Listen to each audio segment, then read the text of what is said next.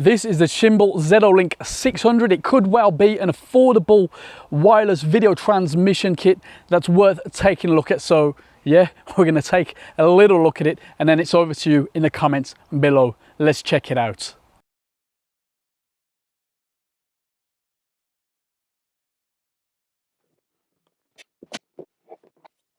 Instruction manual, let's flip it around. And yeah, there's the rest, nice and clear.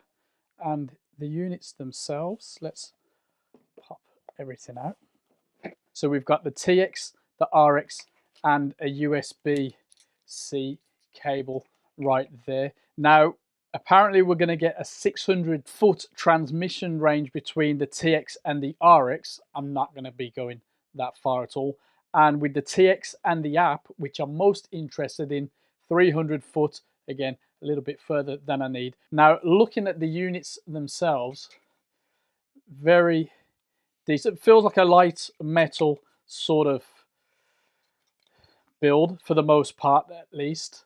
And we've got a OLED display. In fact, both almost identical there. Some little clicky buttons there. Built-in antennae.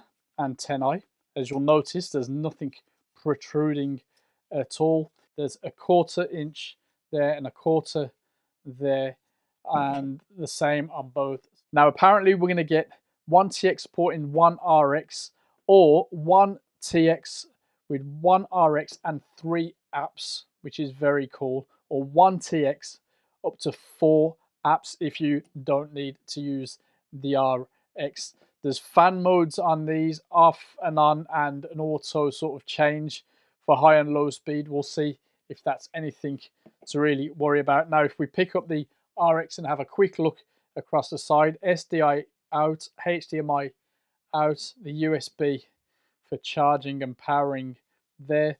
On the back, of course, your battery plate with an eject there. That seems to be pretty decent, so you can use your L series batteries. And that's everything on the RX. Now the TX, basically the same, but of course with SDI and HDMI inputs. There's the charging point there, the mounting points there, and yeah, basically the exact same layout, which is actually pretty cool. Now these are $380 on Amazon, a lot cheaper than the nearest equivalent from Hollyland. Feel well built, look nice and simple. Is it worth going down to this sort of budget for something like this? Let's find out. After some use, I think the kit is really well built, except for the function buttons. For my purposes though, that isn't a deal breaker. For the most part, I just plug it in, switch it on, and it connects automatically. I don't need to mess about, not even to adjust the fans. I just leave them on for the most part, except for now I've turned it off on the receiver and on my monitor for what it's worth. While we're on the subject, they do get kind of hot in regular use. That again hasn't been a big problem for me, but something to keep an eye on.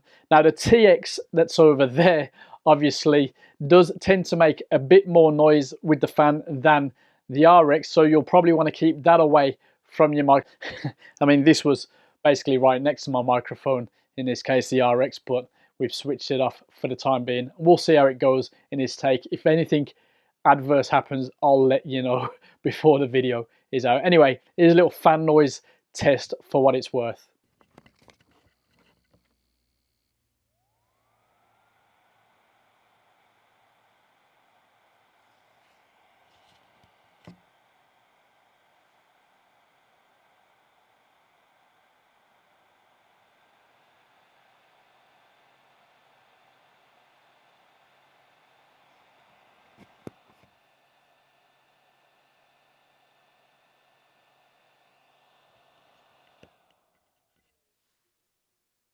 As the name suggests, you can use this up to 600 feet away, which is better than the more expensive alternatives. But to be honest, I'll never even go half that distance, and it's good for it. Let's just leave it at that. The tech works.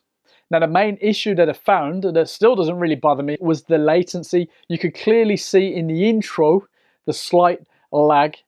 But here's another quick test to show it. Now, I won't adjust the audio either. Some of the noise you'll hear is from this new desk view monitor as well, which in fairness is pretty nice, and we should feature it a little bit more on the channel very soon. Anyway, latency.